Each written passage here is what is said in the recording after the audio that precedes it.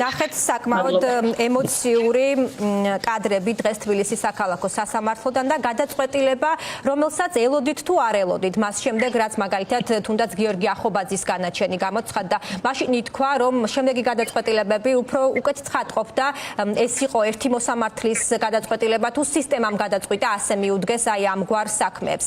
რას ფიქრობთ, როგორია თქვენი დამოკიდებულება აი ამ განაჩენთან დაკავშირებით? დიახ, მე ველოდი ამ გადაწყვეტილებას, მით უმეტეს გიორგი ახობაძის მიმართ გამოტანილი გამამართლებელი განაჩენის შემდეგ. ველოდი იქიდან გამომდინარეც, რომ თვითონ სისხლის სამართლის საქმე ფაქტიურად არის გაყალბებული, ყველა დოკუმენტი, პირადი ჩხრეკა უკანონოდ არის ჩატარებული, მე ჩვენ დაცვის მხარემაც წარვადგინეთ მტკიცებულებები, რომელებიცადაც აბათილებდა ბრალდების ხარჯის მტკიცებულებებს. შესაბამისად, თევდორე აბრამოვის ვერსია, რაც თავიდანვე იყო მის მიერ ნათქვამი, აი ესე ნაბიჯ-ნაბიჯ და ეტაპობრივად ფაქტიურად დადასტურდა. აი საქმიდან გამომდინარე, პრაქტიკიდან გამომდინარე, ეროვნული სასამართლოების პრაქტიკიდან, ევროსასამართლოს გადაწყვეტილებებიდან გამომდინარე, უსწრაფად გეტყვით კიდევაც სხვა ინტერვიუებში, რომ მე ველოდი ასეთ გადაწყვეტილებას, თუმცა რა თქმა უნდა, ახლა გარანტია არაფრიც არ გვაქვს და კარგია, რომ სასამართლომ ამ ეტაპზე, როგორც ახობაძესთან, ასევე თედორთანაც მიიღო ობიექტური გადაწყვეტილება, რაც იმედია კაციასთანაც იგივე იქნება. პრინციპში პროკურატურამ დაადასტურა უკვე ინფორმაცია იმის შესახებ, რომ აპირებს მეორე ინსტანციაში იდაოს, პროკურატურა უკმაყოფილო არის ამ გადაწყვეტილებით და სააპელაციოში აპირებენ გასაჩივრებას. ფიქრობთ, რომ შესაძლოა სააპელაციომ გადახედოს პირველი ინსტანციის ამ გადაწყვეტილებას? მათი უფლება რასაკვირველია გასაჩივრება და ჩვენი უფლება დავალდებულება, რასაკვირველია იქაც გაუწევთ წინააღმდეგობას. მე ვფიქრობ, რომ საქმე არ იცვლება, ხო ის მტკიცებულებები არ იცვლება. დღეს მოსამართლემ თქვა, რომ არ არის სტანდარტი გონივრ ერთვის მიღმა სტანდარტს ვერ ქმნიდა პროკურატურის მიერ წარდგენილი მტკიცებულებები და ეს სტანდარტი ვერ შეიქმნება სააპელაციო ეტაპზე. შესაბამისად, ვფიქრობ და დარწმუნებული ვარ, რომ აპელაციაც ძალაში დატოვებს პირველი ინსტანციის გამამართლებელი განაჩენს. ქალბატონინგად და ბოლოს მინდა კითხოთ, პროკურატურას პრინციპში და პოლიციაც თავს იმით იმართლებს, რომ თუნდაც გიორგი ახობაძის შემთხვევაში, ახლა უკვე თედო აბრამოვის საქმის შემთხვევაში ეს განაჩენი არ ნიშნავს იმას, რომ ამ ბრალდებულებს ნარკოტიკი ჩაუდესო. თუმცა ფაქტია, პროკურატურამ ვერც იმის დამტკიცება შეძლო, რომ ეს ასე არ მომხდარა. რას ფიქრობთ, აი რას ნიშნავს უფრო სწორად აი ეს განაჩენი, უფრო ცხადი რო იყოს საზოგადოებისთვის? კი ბატონო, იცით რა არის, ეს არის მათი სიტყვიერი განმარტება და მტკიცებულებების კუთხით და დადასტურებული იქნებოდა მათი უდანაშაულობა, ასე ვთქვათ, ან დანაშაულებრივი ქმედების არ ჩადენა, უფრო ზუსტად ვიტყვი, თუ კი ჩვენი საჩივრებზე იქნებოდა რეაგირება პროკურატურის მხრიდან, როცა ვითხოვდით თევდორე აბრამოვის მიმართ უფლებების დარღვევის ფაქტებზე გამოძიების დაწყებას. ეს გამოძიება რო დაწყებულიყო, ჩაეტარებინათ გამოძიება, იქ დადგენილი იყო გარკვეული ფაქტები. მე შეეძლო ძალიან თამამად ელაპარაკათ იმაზე, რომ პოლიციის თანამშრომელთა მხრიდან არ ყოფილა კანონის გადაცდენა და მათი მხრიდან ნარკოტიკის ჩადების ფაქტი. აქედან გამომდინარე, ამ ეტაპზე მათი სიტყვები არის ცარიელი სიტყვები და მხოლოდ თავდაცვითი მდგომარეობაა. აქედან ჩვენ რა თქმა უნდა პოზიციას არ ვიცით. თედოს ნარკოტიკთან არასოდეს არ ქონია შეხება, რაც დაადასტურა დაცვის მხარის მიერ ჩატარებულმა ნარკოლოგიურმა ექსპერტიზამ მის თმაზე არ აღმოჩნდა არანაირი ნარკოტიკი, სხვათა შორის ბრალდების მხარემ ასეთი შუამდგომობის დაკმაყოფილებაზე გვითხრა უარი ნარკოლოგიურის ჩატარებაზე.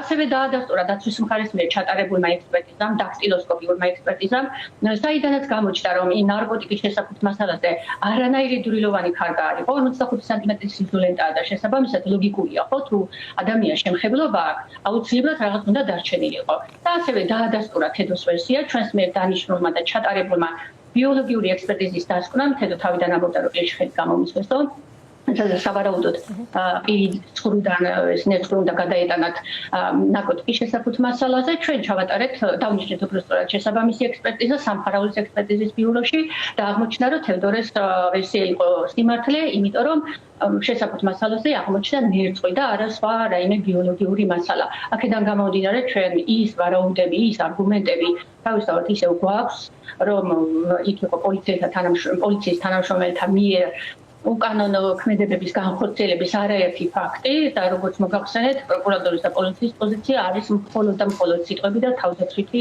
პოზიცია. ქავტონინგა, თქვენი ერთ-ერთი მთავარი არგუმენტი მთელი ამ 8 თვის განმავლობაში იყო ის, რომ საქმეში არ არსებობს ნეიტრალური მტკიცებულება. სახალხო დამცველიც მიუთითებს ამაზე. სწორედ და ცოტა ხნის წინ განცხადებას გავრცელდა ომბუდსმენის მხრიდან, რომ საქმეში არ არსებობს ნეიტრალური მტკიცებულებები. აი ეს სამართლებრივი ტერმინი, რომ საზოგადოებისთვის უფრო ცხადი გავხადოთ. ანუ რას ნიშნავს ეს? რა მტკიცებულებები არ ქონდა პოლიციას და პროკურატურას წარმოდგენილი საქმეში, რომ მათ ემტკიცებინათ მათი პოზიციის ნამდვილობა? ნეიტრალური მტკიცებულება აუცილებელია ასეთ საქმეებში, რადგან პოლიციის თვითნებობის რისკების წინაშე ვდგევართ. 2020 წლის 25 დეკემბერს მიიღო საკონსტიტუციო სასამართლომ გადაწყვეტილება, რის შემდეგაც შესაბამისი ცვლილება შევიდა სისხლის სამართლის საპროცესო კოდექსში, რის მიხედვითაც პოლიცია ვალდებულია, როდესაც წერია, რომ პოლიციამ უნდა შექმნას ნეიტრალური მტკიცებულება, იქ ვალდებულების კომპონენტი არასაკურველია ჩადებული, ვალდებულია, რომ ყველა გონივრული ზომა მიიღოს, რომ შექმნას მაგალითად ვიდეო ჩანაწერი, პირადი ჩხრეკის ვიდეო ჩანაწერი, ასე ვთქვათ, სადაც ასახული იქნება ეს პირადი ჩხრეკის მიმდინარეობა, რა კანონიერება, შემდეგ უფლებების განმარტება, დაკავების დროს ამოღებული მტკიცება, დალუქვა და ასე შემდეგ. რაც არ არის ჩვენ შემთხვევაში და არც ახობათის საქმეში არ იყო, არც კაცის საქმეში არ არის. ამასთან დაკავშირებით ჰქონდა ბრალდების მხარეს კონკრეტულად პოლიციას ის პოზიცია, რომ თითქოს თედომ გაუწია წინააღმდეგობა და ამას შეუშალა ხელი. ჯერ თევდორემ რომ წინააღმდეგობა გაუწია, ამის დამადასტურებელი თუნდაც რამდენიმე წამიანი ვიდეო ჩანაწერი არ ყოფილა წარმოდგენილი.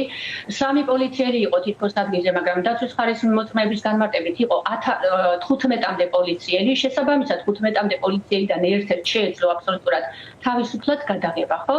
და რომ თვალოთ, ანუ იმ მათი ვერსიის მიხედვით, ბრალდების მხარის ვერსიის მიხედვით, რომ თევდორე აბრამოვმა წინააღმდეგობა გაუწია, იქ იყო რამდენიმე მომენტი, მაგალითად დადგენილებაზე ხელი მოაწერა მშვიდ მდგომარეობაში, მერე თურმე პაკეტებზე ხელი მოაწერა მშვიდ მდგომარეობაში, რა თქმა უნდა, არ შეესაბამება პაკეტებზე ხელის მოწერა სიმართლეს, მაგრამ იმათ ვერსიას მივყვეთ. შემდეგ თურმე წაიკითხა ჩხრეკის ოქმი ხელი მოაწერა, დაკავების ოქმი წაიკითხა ხელი მოაწერა. ეს ხო არის სიმშვიდის მომენტები, ასე ვთქვათ, ხო წინააღმდეგობას აღარ უწევდა.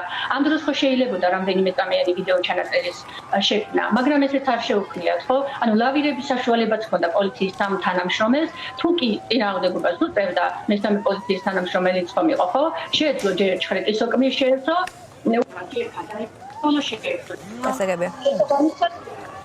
შესაბამისად ვიდეო ჩანაწერის შექმნის საშუალება ჰქონდათ. სწორედ ეს გაიგია სასამართლომ, რომ მათ ჰქონდათ გონივრული საშუალება, გონივრული ზომი უნდა მიიღოს ნეიტრალური მტკიცებულების შესაქმნელად, მაგრამ არ მიიღეს. მოწმეც არ იყო ნეიტრალური მტკიცებულება, რომელიც პირად ჩხრეკას დაესწრებოდა და ამ პირადი ჩხრეკის მსვლელობის, კანონიერ მსვლელობას ასახავდა. მაშინ, როდესაც დაცვის მხარის მოწმეები ამბობდნენ, რომ იმ დროს მართალია გვიანი იყო, 7 დეკემბერია, სადღაც ღამის 11 საათი, მაგრამ საზღვარგარეთრივი ტრანსპორტი დადიოდა ჩვეულებრივად და მოქალაქეებიც დადიოდნენ. შესაბამისად, ჰქონდათ საშუალება, რომ შექმნას ნეიტრალური მტკიცებულება. ეს შეაფასა სასამართლომ. დიდი მადლობა.